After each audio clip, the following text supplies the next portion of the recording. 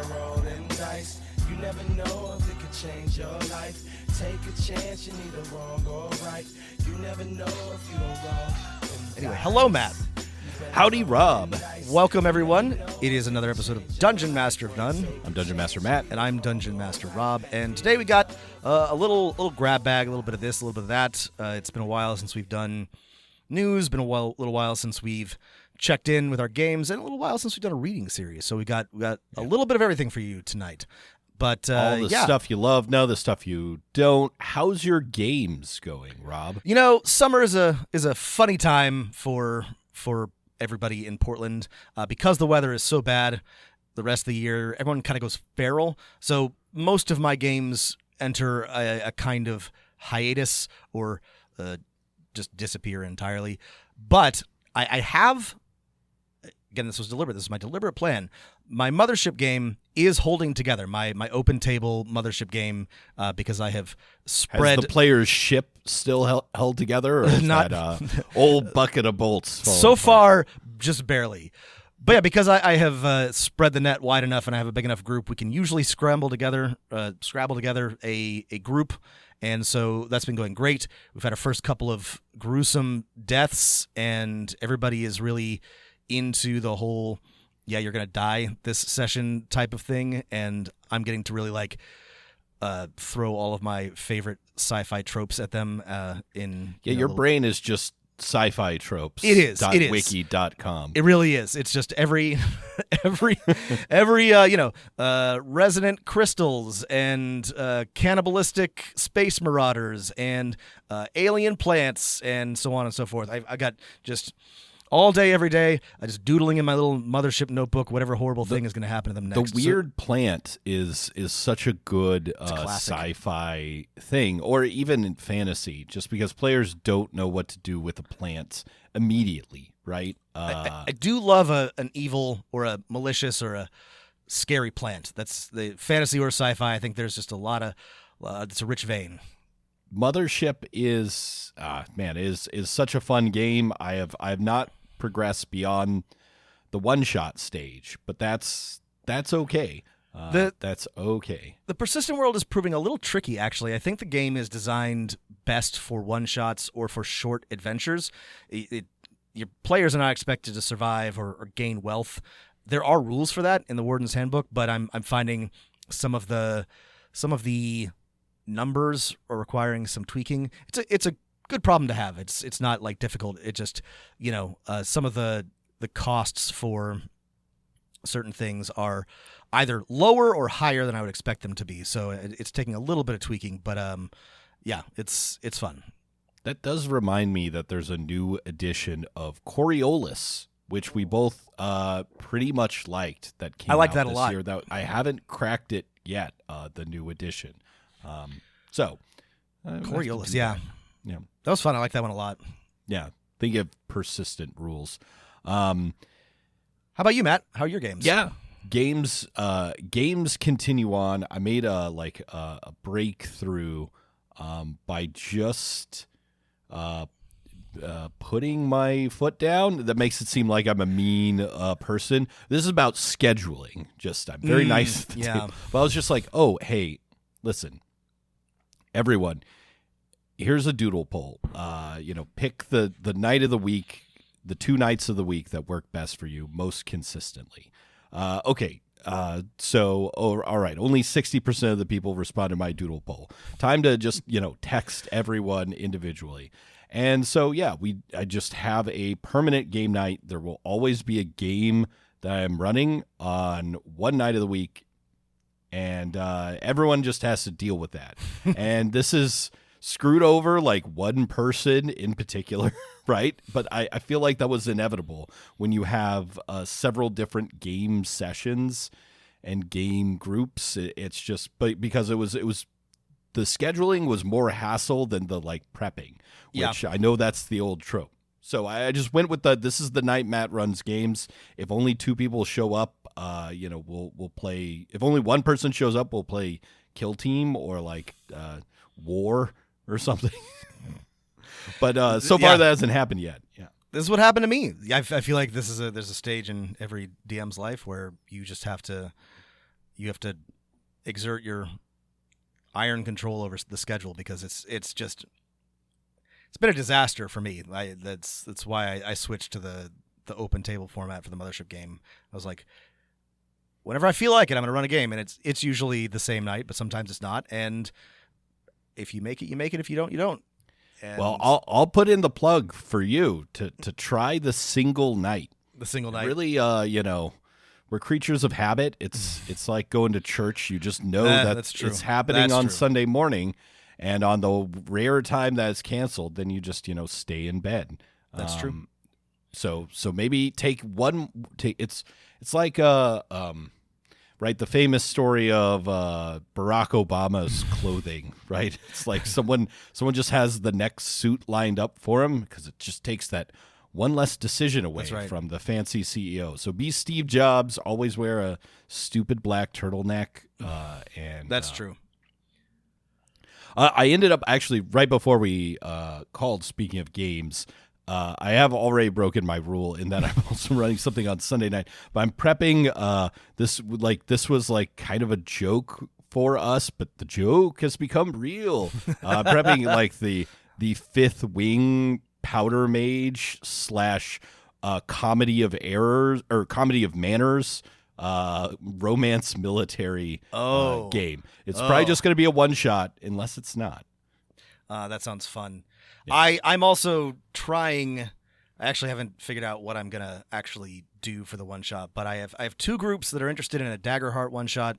I'm trying to find a time and also figure out like what I'm gonna do. But I'm excited to give that a shot this summer. These are both groups that like D&D, and I think I can sway them to the light side, to the whatever the light and dark side. That's right. Duality. The side of fear and hope. Yeah. Yeah. So I'm very excited about that, but it is. Yeah.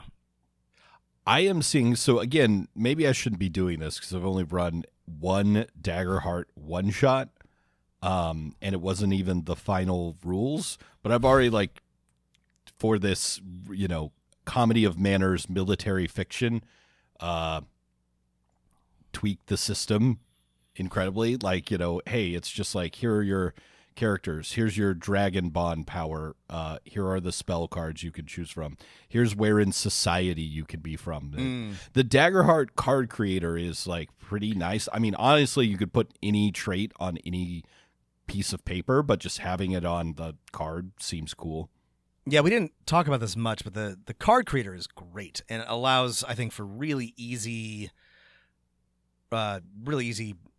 modification and homebrew. The Daggerheart subreddit is going nuts with it already, but it is something that we didn't mention in our review that is actually really cool. It's really easy to make these cards.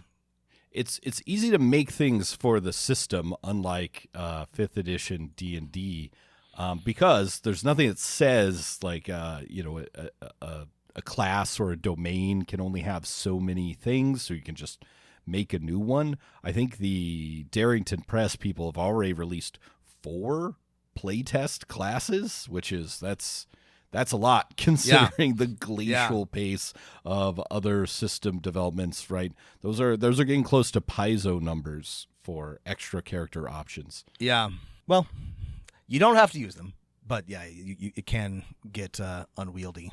These past couple months in gaming, especially with the new schedule thing, have reminded me of the benefit of having a large variety of one-shots in your pocket, right? Here's a Dungeon Crawls Classic one-shot. Here's a Mothership one-shot, because if I have a night where I only have 3 people and they usually don't play together, and it's okay, we can't run my Star Trek game, we can't run my D&D game. Okay, perfect. This is a great time for a one-shot. We ought to do an episode sometime of just our favorite collection of one-shots to keep in your back pocket, whether they're concepts or published adventures. Yeah, I have another group that hasn't met recently, and that's basically all we do, because we don't meet consistently, but we just, each of us has some one shot or type of adventure that we can or want to run, and it's great. I don't know. You do sort of develop a repertoire, a menu even. There's Right. a Mothership and a Shadow Dark and a 5e, and I've got one for everything. I love Big Gate Orcs, which is Right. like a like a honey heist type of thing that I'll run if I have a small group that I think would like it and no time to do anything else. But yeah, it's really good to have something ready to go, and there's a lot of really good ones that are easy to run with no prep. Yeah.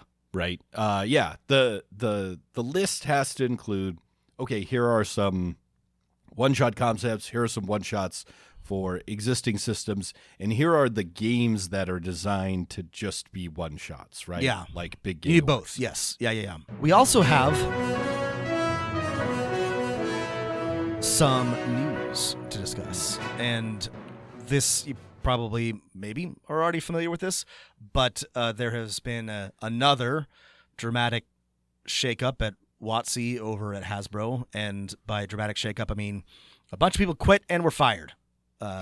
Which is something that happens with alarming frequency now. I am every time this happens, I'm like, oh, there's still people there. Everybody I knew got fired, but now I think actually everyone I know has actually quit or gotten fired from Wizards. I don't know that there's anybody left whose name I know at Wizards of the Coast. Yeah, I think the context here is important. So obviously the 50th anniversary of D&D has came and gone with the new edition fanfare, and that the people who have been on, either since the late 90s or early aughts have, for the most part, been like, hey, we were, planning on retiring or quitting, doing something else with our lives besides this one massive multinational corporation job. It's time to retire, right? And so, like, the big retirements are Chris Perkins and Jeremy Crawford. The interesting wrinkle in this is that Jeremy Crawford and Chris Perkins were immediately snapped up by Darrington Press, where they are now employed contributors. Both, I think they are actually like full-time employees. So they have taken their talents to there's basically, I don't know, two places you could go. It's Paizo and I think now Darrington Press, which is I'm very interested in this. It seems very. How do I put this in a way that, look, this is what like a corporation would do, right? You would poach your competitors' talent after they grow tired of working for your competitor. This happens all the time in Portland. Adidas and Under Armour are run largely by people who quit Nike to go to a, I don't know, smaller, more agile place where they could, be fawned over. I don't know. But I mean that in a good way. I mean, this is a smart move. I do generally like what Jeremy Crawford and Chris Perkins have done. I think they're good designers. I'm very curious to see what their influence and impact is at Darrington. I mean, Chris Perkins was, pretty influential on me as a dungeon master. I don't know if any of our listeners are old enough to remember this, even though it's not that long ago. But, he used to write a column in the, fake online or dungeon magazine that was also published on WotC's website back when they published articles about the game and real web 1.0 era, called the Dungeon Master Experience. In the Dungeon Master Experience, he talks about his campaign setting, Valorane, which we reviewed on a very, very early episode of this podcast, and I like a lot. I thought it was a very tightly written, interesting Arthurian campaign. I think I've always liked Chris Perkins' design and what he talks about. If you've never, if you're bored and just want to read, it's half Table Tales, half Dungeon Master. Here's the takeaway from tonight's session. You should, if you Google Chris Perkins Dungeon Master Experience, you can find some fans have loved it so much they've compiled it into a 400-page PDF like with illustrations because it's not on the WotC website anymore. But yeah, there's there's a lot of great stuff like from world building. Most of the column is about a campaign set in like a pirate dragon isles with dragons and pirate dragons. It's a cool campaign setting, and a lot of the rules advice is very specific to 4th edition. But most of the advice is not centered around rules. It's on creating cool moments and, responding to player desires and character growth and, all the typical dungeon master things. And so, but glad Chris Perkins has found another job because I've really appreciated his dungeon master advice over the years. Also, he helped invent actual plays. That's a pretty big deal. That's right. That is right. That is important to remember. I know this was ages ago and before the ones that are really popular, but yeah, Chris Perkins was one of the first to really do the thing. So it's not just Perkins and Crawford, the kind of faces of the company. I really believe the only one left from their generation is James Wyatt, who did a lot of work for 3rd edition and some on 4th edition, but he then transferred to the Magic the Gathering. He's back at WotC. One of the only names I really recognize, except for people who have worked on other games like Paizo games who are at WotC. But yeah, a bunch of people were also just fired, like Todd Kendrick. And I think a couple VPs. It seems like Hasbro's doing a huge round of downsizing. Yeah. But the other, so that's the context. Downsizing, a bunch of stuff just came out. There's a big lull. Good time to retire / cut people.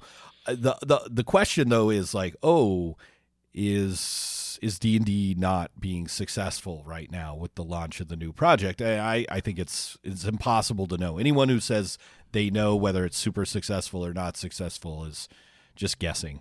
Yeah, it is just guessing. I have read from some sources that it sold very well, and by all accounts it did. It doesn't really seem to matter. Even if it did sell well, that may not be enough to satisfy the ravenous maw of Hasbro, so who knows. They are supposed to be releasing a bunch of books. We have been given a pretty, not a schedule, but a list of things to come, and I'm just very curious who's gonna put those out. What are they gonna look like? Who's working on those? We'll see. I don't know. The WotC publishing schedule is pretty sparse for this year. In a month or two, we're going to get a starter set.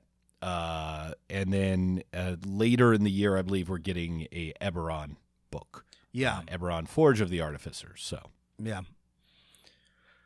We'll see. Also in the news, the Matt and Rob news. The news that is relevant to us. We're going to GenCon, which is short for Geneva Convention. The Geneva Convention. Matt and I have been charged with war crimes, is what we're trying to tell you, and yes. We're being called to... I just got that. No, we are going to be at GenCon this year. It's a wargaming convention, and they called it the Geneva Convention because it was in Lake Geneva, Wisconsin. But it also relates to the rules of war. Matt, I actually think you might be giving them too much credit. I think this is a clear joke. But yeah, Matt and I are going to be at GenCon. Thank you to all of our listeners, supporters, and patrons for making this happen. We're very excited. If you're there, come find us and say hello to us. We don't know entirely what we're going to be doing when we're there. We're not doing anything ourselves as a official DM of None entity yet that we know of, but we'll be there. So come say hello to us at GenCon. We're very excited. Yeah. Well, if you join our Discord, link in the show notes. We'll closer to that time, if you're going, we'll probably make a Discord channel. We'll make a channel, or something like that. So, come join us at GenCon as Rob and Matt, for both of us for the first time, head to the mecca of gaming. That's right. We're making the gamer Hajj, everyone. It's happening. It's finally happening. That's right. And of course, it's in Indianapolis. Indianapolis, A beautiful Indianapolis, beautiful in city. August. August. Who thought this was a good idea? I don't know. I think it would be better in Wisconsin, but they just don't have the convention infrastructure. I guess they don't have not. the hotel space. I think that's all they have in Indianapolis is convention infrastructure. I think it might just be what it is. Sorry if Convention town, any of our USA. listeners are from Indianapolis. I'm sure it's a fine city. I'll find out this August. 'Cause Hey, I've never it been. could be in Vegas, Rob. There's Could other be in convention Vegas. places. Could be in Vegas, But it could also be in New Orleans. This is another convention town. Yeah, and it that's, could be in Houston, Matt. Houston's a convention yes. town. Oh, we're Houston's an action town first and foremost, but it's also, we're spending tons of taxpayer money on a giant new convention center. Speaking of conventions, what about the conventions of what is allowed on your platform? This is Nice courtesy of, thank you, Chase Carter, friend of the show at rascal.news. Drive-through RPG delisted tabletop game about revolutions over, quote, hateful, unquote, politics. The game in question is Rebel Scum, and it's a beautifully designed game. It looks like the back of the Star Wars action figure cards. Yes, yeah. The so influences it's a are clear. Yeah, right. It's a not Star Wars game. It's like, hey, do you want to play a action adventure or thriller game from Andor to A New Hope? This is a rules light system for that. It is really like skating the razor's edge of copyright infringement, but it's technically it's not Star Wars, though it looks a lot like Star Wars. And the subtitle is an anti-fascist space opera, which is great. I have not read this. It's come across my feed, my desk before, and it's on the short list. It's moved to the top of the short list after this because recently Roll20 delisted and drive-through RPG. Drive-through well, RPG first. delisted this game because, according to the partner relations manager, it was overtly political, or it contained too many overtly political agendas or views, and they would need to be removed before Rebel Scum could be reinstated. Here is what they mean by overt political views. The author's forward asks if players want to punch a space Nazi right in their stupid jackbooting space Nazi face. And then clearly states that Rebel Scum is not for people who believe in white power, vaccine deniers, bigots of all stripes, and crypto-fascists lurking in various fandoms, especially Star Wars. Yeah, it seems like, so there's this forward to the game, and, to quote from the game materials, the players are fighting against the evil Republic with a K and no C at the end, so they can say, I punched a Republican in the face. This is deliberate. I've called the game master, the GM, the government, and the players the next rebellion, right? Because there's nothing scarier or more real than the corporatization of our lives, our philosophy, our entertainment, and even our dreams. And it seems like the thing went down like, hey, there was a lot of back and forth with various management reps at Roll20 and Drive-Through RPG, and saying things like, well, if you just take out just this little forward, or put it in a QR code to scan it so that people can pull it up, then we can put it back on the platform. And the creators of the game said hell no. Yeah. And good for them. Yeah. Reading between the lines here, like, it's clear that the chuds found out about this and decided to mass report it, and that forced Roll20 to take action. Not that I don't think that this is spicy political language, but I don't know that I believe that it's especially so, and that it warrants this response. My feeling is that bad actors drew a lot of attention to this game, and Roll20 had to take it down, or tried to take it down, rather than continue to court controversy, because they're cowards. Yeah, they're cowards, and they're corporations, and you can't expect much different from them, though you should. I think the upside of this is, because this is being discussed on, RPG system discussion forums and things like this. You get a little bit of a Streisand effect, and probably more people buying this very small indie game than normally would. But it still sucks that it can't be on like Roll20, because that's important to people who want to play virtually. It's a big platform. It sucks. This is frustrating and annoying, and but good for the creators of Rebel Scum for sticking to their guns. 9th level games, I believe. But I expect that we'll see probably more of this type of thing before we see less of it.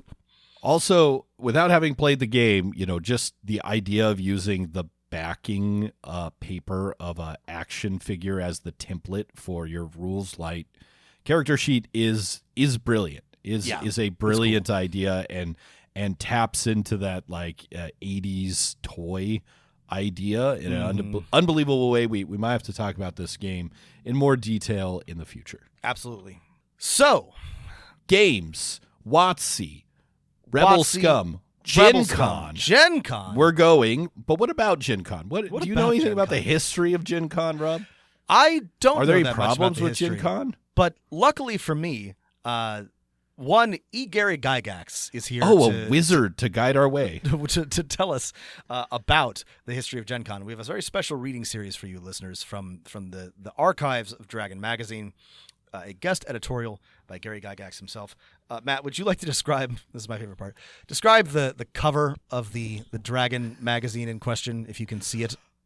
Look, this is a classic one. You've got a first off, there's a guy in a Viking hat with what I can only describe as like it has a Spider-Man's eyes like faceplate.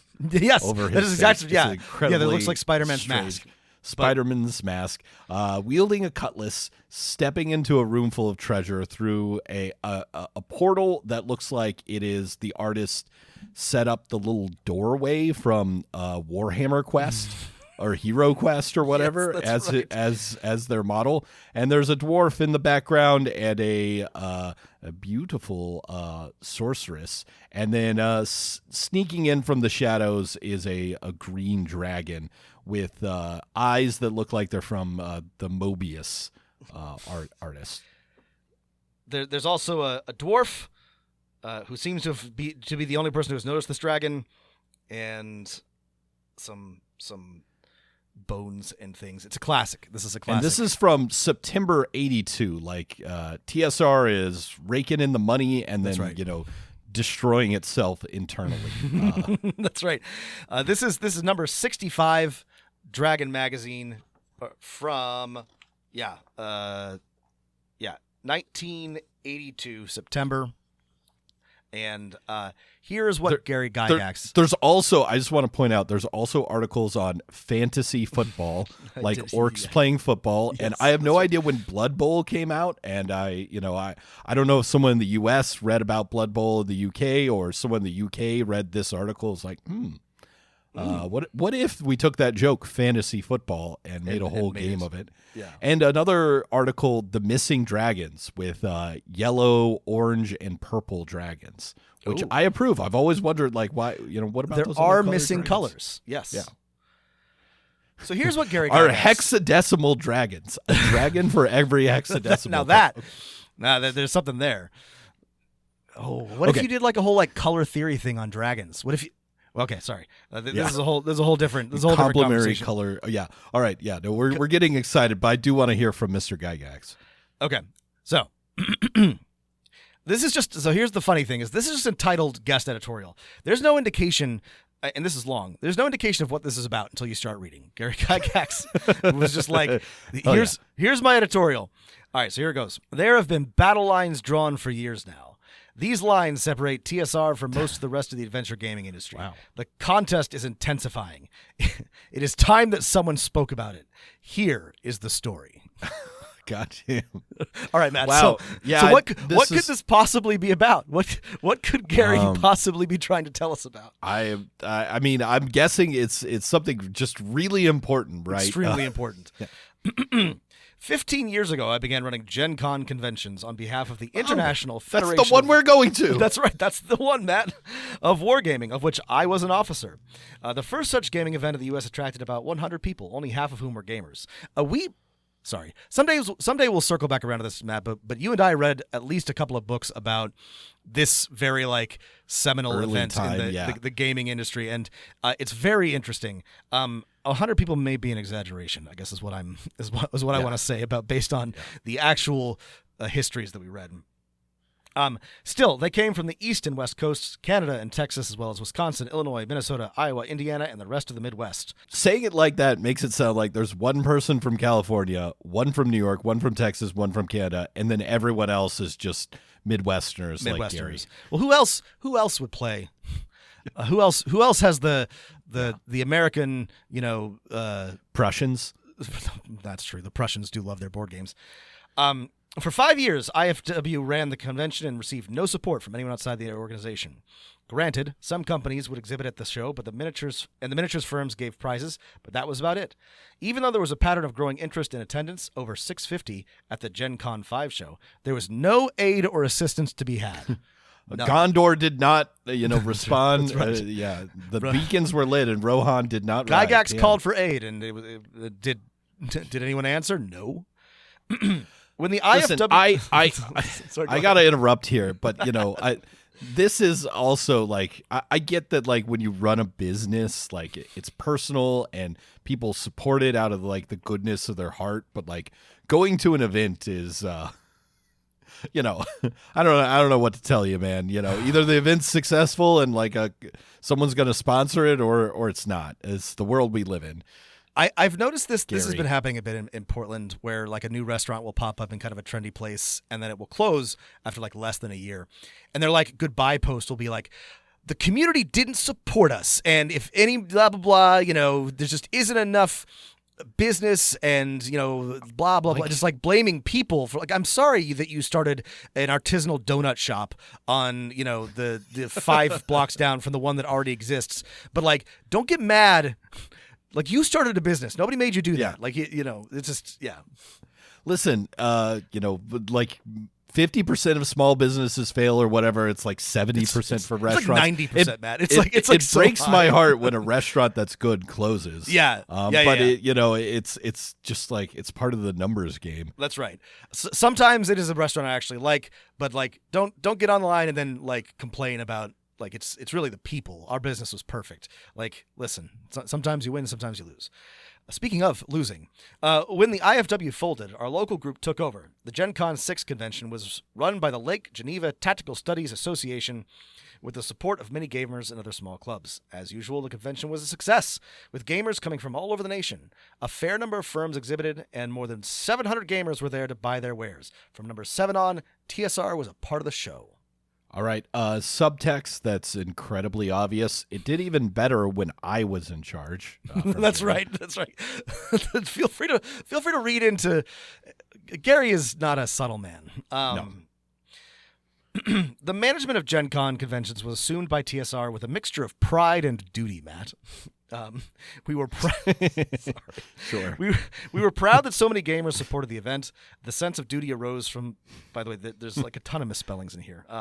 From this support of our fellow game hobbyists, the LGTSA co-sponsored number 7 with Tactical Studies rules. By 1975, most of the old club members were either part of TSR Hobbies Incorporated, gone from the area, or out of gaming for a time. TSR then took over sole responsibility for the convention, and the show has been a part of the hobby scene ever since. Mm-hmm. The GenCon 8 show had a competitor. Dun dun dun. The first Origins convention was run in Baltimore that year. It is probable that Avalon Hill noticed 2 things. First, GenCon attendance was growing, and the gamers loved it. Second, TSR was growing because of hobbyist support, and the convention seemed to be a strong part of our growth. Thus, gamers suddenly had 2 conventions to choose from. GenCon, with a history of 8 solid years of service to hobbyists from all over the North American continent, was passed off as a miniatures gathering of a regional nature. Origins, brutal. The gaming public was told was a national convention featuring board games. The attendance figures for both events in 1975 were about the same. Despite the heavy touting put behind Origins, it drew perhaps a couple hundred more than did that year's GenCon convention, possibly less, but the lines were drawn. You love a writer that'll throw in, it had more, but it was possibly less. But maybe it was less. The lines were drawn, in fact, on what seems to have been a purely commercial basis. The GenCon convention, having been a service to hobbyists for years, was called a mere regional, miniatures-oriented, and amateur-sponsored event. He puts all this in quotes, by the way. This is now the second time. It's also the same thing as the last paragraph. I thought you were rereading the same paragraph for a second. He said it twice now. Origins asserted itself as a national and professional. After all, Avalon Hill was behind it.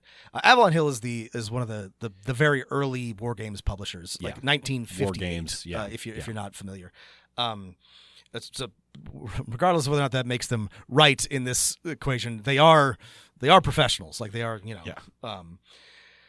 and dealt with the important aspect of gaming, board games of manufacturer principally. Of course, no board game company would ever sponsor game tournaments at the GenCon conventions, although we did run large tourneys nonetheless.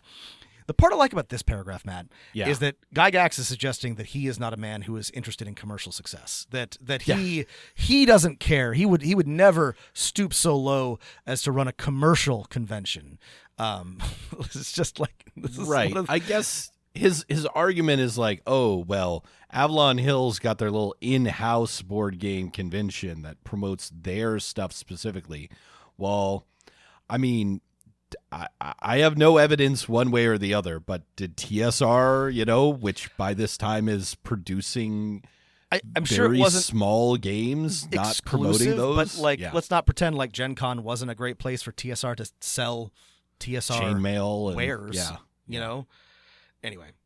Faced with such stern competition, GenCon conventions did what they were not supposed to do. They grew bigger, better, and more famous. Suddenly, Origins began advertising its brand of gaming awards, the Charles Roberts Awards. No need to point out that GenCon conventions had already been passing out the Strategist Club Awards a few years before. The learned folks running Origins thought it would be a nice touch to recognize achievement. Likewise, a trade show feature became a major factor of Origins after the GenCon show successfully instituted the aspect. I mean, okay, like you can't get mad at someone copying the idea of a trade show at a convention and awards. Or an award. Like, you just... Origins, the national convention, did not materially outdo or outdraw GenCon conventions for the 2 years it stayed in Baltimore. SPI was brought into the picture to run an Origins convention in New York. Keep in mind, readers, listeners, keep in mind that in 1977, AH and SPI were the leaders size-wise of the industry, such as it was. The New York Origins wasn't much. The GenCon X convention, our big show at the Playboy Club in Lake Geneva. Sorry, just casually. We had outgrown everything else, even combined in Lake Geneva, and the location did have a certain mystique at the time. I'm sorry. Jesus, Gary. Was most successful. TSR's fame grew, and we topped the $500,000 mark easily when industry statistics were gathered and published next year. It then became apparent that there were the big two, AH and SPI, followed by TSR, and somewhere back in the rear was the rest of the field. It was also to see that we were still coming on strong. Can I pause? Can I press our pause button on the reading? Press pause. I'm just trying to put myself in the mind of like a teenager who's picked up Dragon magazine at the comic book store. Is like, oh boy, I can't learn to read about the new colors of dragons, and then you accidentally start reading guest editorial, and it's like listening to like someone being like, and I would have won that race too if the crooked judge had not thrown out all those ballots. And you're just like, what are you talking about? Someone who's faced some disappointments in life is really bitter about it. I don't want to skip over Gygax's arguments, I guess we'll call them, grievances. No, continue. But there is a call to action here. There is a reason why this is in this magazine. I mean, it's mostly... it seems to bitch, but there is actually like a thing here. Anyway, play. Press play again. Unpause. I'm gonna skip ahead because there's like a lot of this, and he goes through all the like New York, and all of this is very funny. But we're gonna be at this for a long time. Origins is now. He talks about the growth and trying to find sponsors. Anyway, Origins is now a feature of the association known as Gamma. Avalon Hill, that is the game manufacturers association of America. Avalon Hill and most of the remainder of the industry belong to this association. Since the association's sole function seems to be the sponsorship of Origins, TSR does not belong to Gamma. TSR does belong to the Hobby Industry of America Association. We will be pleased to join any association which presents a broad spectrum of game manufacturers, such as Parker Brothers, Atari, Milton Bradley, Mattel, and so forth. Assuming that such an association would be formed to promote the whole spectrum of games to both the trade and the general public, TSR would give it full support. I'm blown away that the Hobby Manufacturers Association still is it still around? Still exists. Meanwhile, No. It was the Hobby Industry of America Association. I don't think that still exists. No, never Hobby mind. Industry of America Association, HIAA. Meanwhile, there is no reason for Gamma, as it does nothing but attempt to sponsor an event which was formed to compete with the GenCon show, lessen its repute, and seemingly teach TSR where we belonged. That lesson is clear, and we are pleased that all of you feel that while we deserve to be where we are. That all of you feel that we deserve to be where we are. Meanwhile, most of the Gamma membership does not support GenCon efforts anywhere. Some are openly hostile to GenCon gatherings. Some appear to work sub rosa against these events. Others of Gamma refuse to mention anything about any GenCon convention. Gary has completely lost any pretense of neutrality and is just, spewing bile. The beginning of this, it was like, here's a history lesson why ours was also big too. Now it's like, they're specifically Origins is out to destroy me, out to get us, out to get me. Thus, the lines are drawn. So we're finally now we're finally learning what exactly it is that he's fucking talking about, and they are drawn just where they have always been. Aside from one or two companies who have always supported efforts to bring fun to hobbyists, the lines are between TSR and the remainder of the industry. When we began as a business in 1973, we were laughed off as a miniatures-oriented company. Later, we became the strange fellows who thought fantasy was more fun than war games. Then we became the lucky nobodies riding a fluke which would soon burn out. There are a few hobby gaming companies who don't have coattail products aimed at the TSR market these days. Few who do not publish fantasy role-playing games, fantasy games, science fiction games. And still, TSR is envied and sniped at. The rumor mill of Gamma members publishes inside information about what we are doing. Rumor claims we are doing this, suffering that, and meanwhile you good gamers out there continue to support TSR and GenCon conventions wholeheartedly. Our thanks! I assure you that we will strive to give you the best of games, the best of fun, and all else we can do to show how much we appreciate your continuing confidence in TSR and its efforts. Well, before reading this column, I didn't think anything was wrong with TSR. Their sales are high. They're making a lot of products. But now that Gary's talking about rumors of confusion and suffering, TSR and disarray. I'm starting to get worried.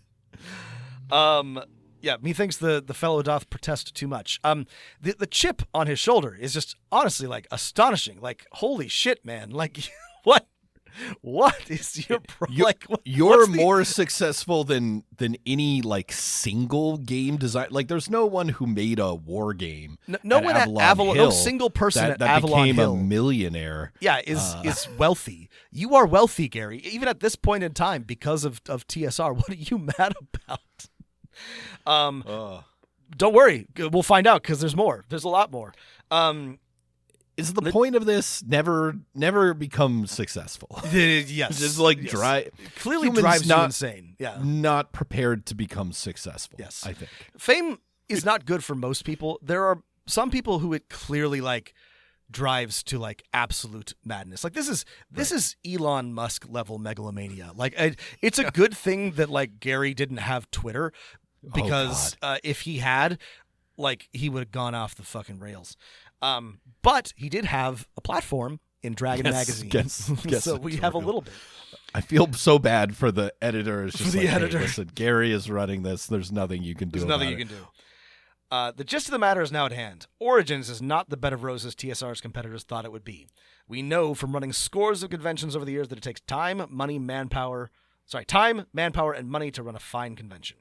Sure, that's true. That's true. Conventions are not a source of money to those who run them. Yes and no. Mostly true. They are a drain. A convention can only be viewed as worthwhile in terms of service to hobbyists and as a publicity vehicle. The latter only if major media attention is gained by the event. TSR runs its conventions as a service to gamers with a goal of making them break even financially someday. That way we can help to sponsor more of them. We gain publicity through other means. We advertise and promote to find new gamers. Look, listen, small conventions are not going to make anyone any amount of money. But this also seems like a skill issue with Gary. It is a skill issue. It's like, furthermore, you get. I'm sure GenCon today makes a ton of money. It makes a ton of money. I'm don't sure believe Board Game Geek Con makes a ton of money. I'm sure PAX makes a ton of money. Lots of these conventions make money. I don't believe for a second that GenCon wasn't at least somewhat profitable. I do not believe that Gary would have done this out of like the goodness of his heart. You know, I fully believe that at this point GenCon was making enough money that it was worth doing, which is why he's mad about this, because it could be making more money.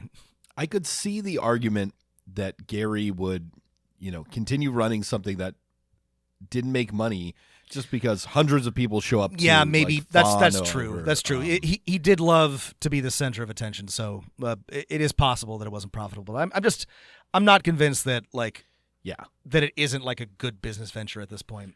Anyway. It would seem Gamma members view conventions as another thing entirely. Could it be that they thought of Origins as a source of cash from sales to conventioneers? Do they view exposure to media and to gamers at an Origins event as means to build their companies? In my opinion, this seems the likely answer. Yeah, Why, sure. Why wouldn't they? What's wrong? Why else would the competition between Gen Con conventions and Origins be so strong? Unless the events were regarded as profitable in terms of dollars and publicity, why make a battleground out of an area where dedicated gamers are being served? So...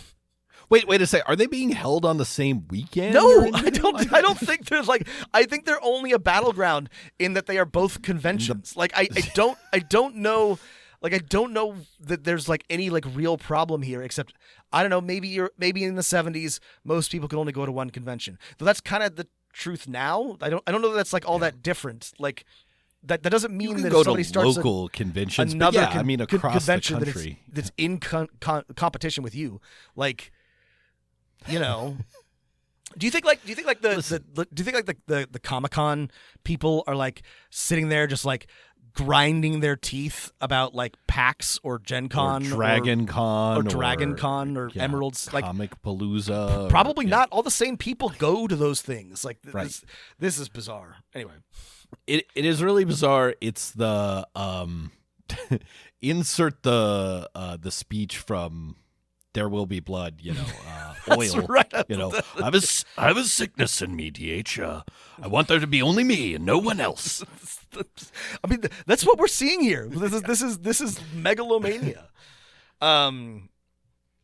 TSR does not think that Gamma serves the adventure gaming industry because Origins does not serve the hobbyist. TSR now is the sort of the royal we. It is Gary Gygax is TSR is Gary. Rather than promote local conventions, Origins comes into various portions of the nation and kills local convention efforts. It does not serve the majority of gamers. It does not help the industry. TSR is not and will not in the future be a part of Origins. The competitors and detractors of TSR have chosen to make conventions the battleground. In order to answer this challenge, TSR has taken the only course open to us. We will no longer attend Origins. No. Furthermore, I am now asking that you not support Origins and Gamma activities as long as that convention is treated as something other than what it should be. A fun place for dedicated gamers to gather and enjoy the play of games. TSR promises to make the Gen Con conventions better than ever, and we ask that you show your support of our efforts by attending them rather than Origins. We will assist groups in running local conventions so that the solid annual events can be established. This builds our hobby and serves the gamers. We will promote and advertise such events. This builds our hobby and serves the gaming community. We will sponsor tournaments and award prizes to winners. This promotes excellence of play and rewards dedication among gamers. Without our tournaments, people will be playing board games and war games and role-playing games sloppily. We're right. raising the bar. Okay. We will send our employees to assist with conventions, and we will send top personnel to meet hobbyists. This is a service. I will say, like, it is nice if you go to a convention and whatever, like, publishing company has sent a rep to, like, run some games. Yeah. Again, it's a thing that, like, most game companies can't afford to do. The ones that can, it's usually successful, and I am sure it maybe helps their bottom line in the long run, but it's one of those iffy things. It's PR, like advertising. It's marketing. It's sales. You know, and it can. I've had fun when, like, a Mayfair rep is here, Yeah. and they're running the new game from Mayfair. Oh, that's great. There's more ranting. I'm going to try to bring this to a close, though. This is likely to be the last thing you will read about the whole matter from TSR. That's almost certainly not true, but I haven't gone back to check. Yeah. It needed to be brought out in the open so that interested gamers would no longer need to wonder what was going on between TSR and the rest of the industry. Now you know. TSR plans to go on running as many conventions as it possibly can. We will co-sponsor and assist with as many others as our resources permit. We will do so in service to the hobby as a way of expressing our sincere appreciation for years of loyal support from all of you. In my opinion, Origins and its supporters see the conventions as a battleground, a place to stamp out TSR once and for all. So, I mean, if they really wanted to do that, why would they let TSR run games at Origins? It seems like you're the one who's quitting.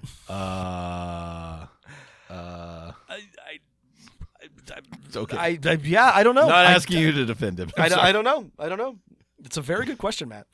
If Origins is the best convention, the reasoning goes that the sponsors of Origins have the best products and are the best manufacturers and will become the leaders of the adventure gaming industry. TSR views conventions quite differently. Our view appears to have the most merit. Sometimes Origins has been larger than GenCon. Sometimes GenCon shows have been larger than Origins. Both should be service events, however, united to commercial efforts. TSR has outpaced all of the remainder of the industry combined, regardless of the attendance of any given convention in respect to any other. Now is the time to let everyone know how you feel about the matter.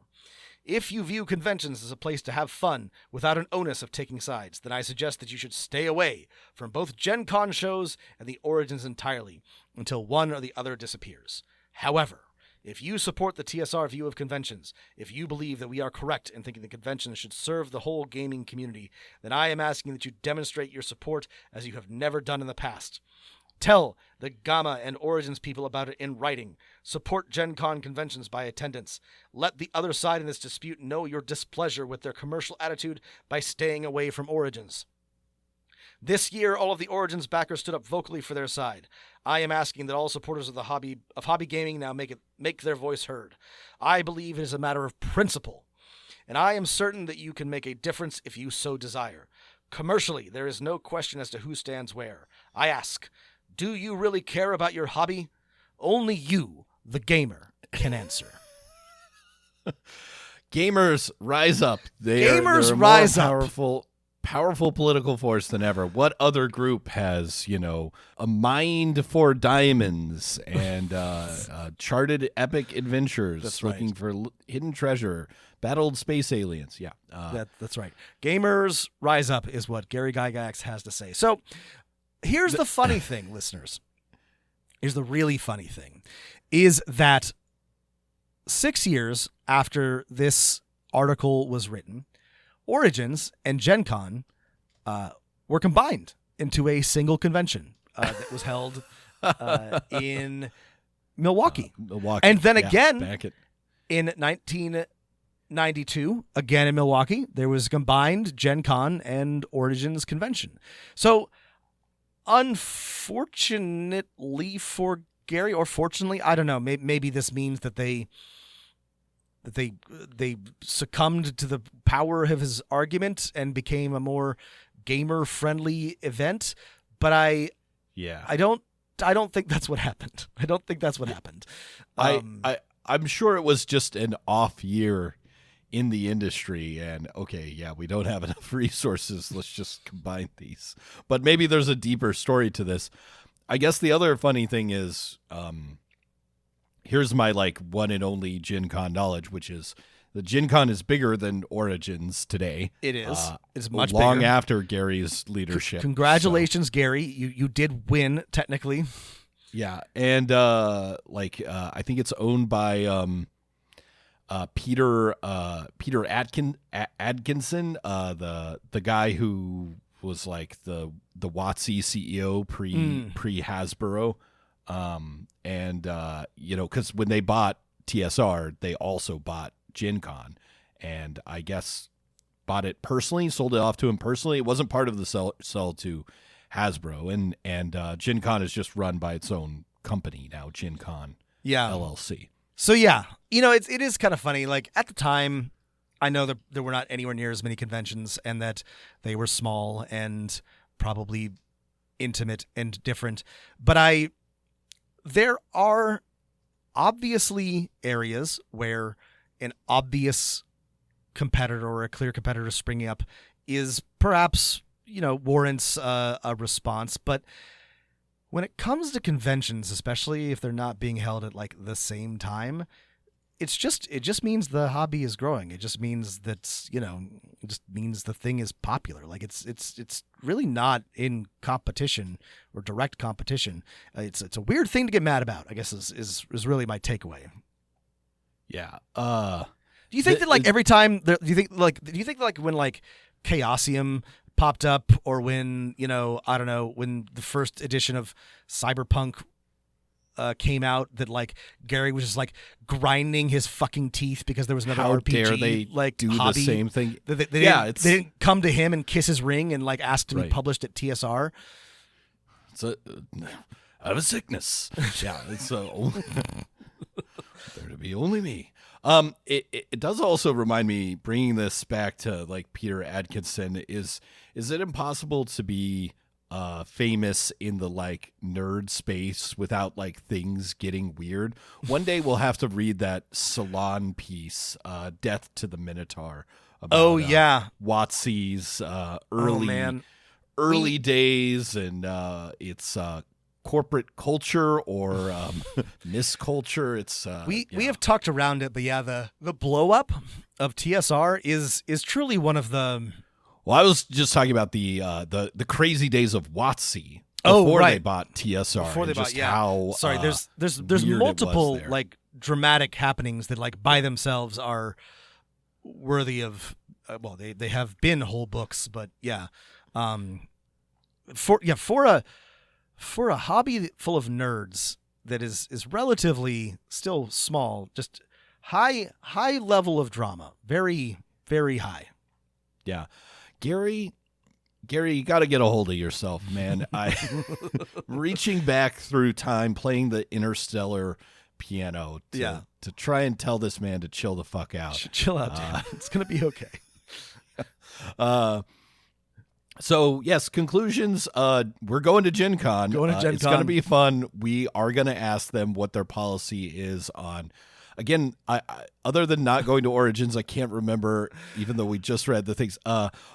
Showing trade products with commercial. Do they feel that the convention is a place for the hobbyist? Is what we're going to ask them. Yes. All right, and then we will report back. We're going to go to the trade show floor, and we'll be like, "Why are you here?" We're going to be like Jesus in the temple with the money changers. We're going to flip over all of the vendor displays and be like, "Where are my hobbyists?" Right. First we're going to steal. Not some in my Pokemon father's cards. house. We're gonna that's year 2, Rob. First year, I've got this plan for Pokemon cards. We're gonna go. We're gonna just lift some pallets, walk by some security cameras. Right. We're gonna wear shirts too. We're gonna wear DM of None shirts. DM of None shirts, so they know who did it. That's seed money, Rob. That's seed. Right. We're gonna plant that. We're gonna grow it, and we're gonna get some followers to then go and shake up GenCon. That's right. And restore it to its humble hobbyist roots. That's right. Okay. Thanks for listening, everybody. Yeah. If you have thoughts, questions, concerns, you can always write us at dmofnone@gmail.com. If you want to support the show, you can head over to patreon.com/dungeonmasternone, or you can find us on Blue Sky, or you can join the Discord. Link in the show notes. Thanks for listening, everybody. and keep rolling them dice.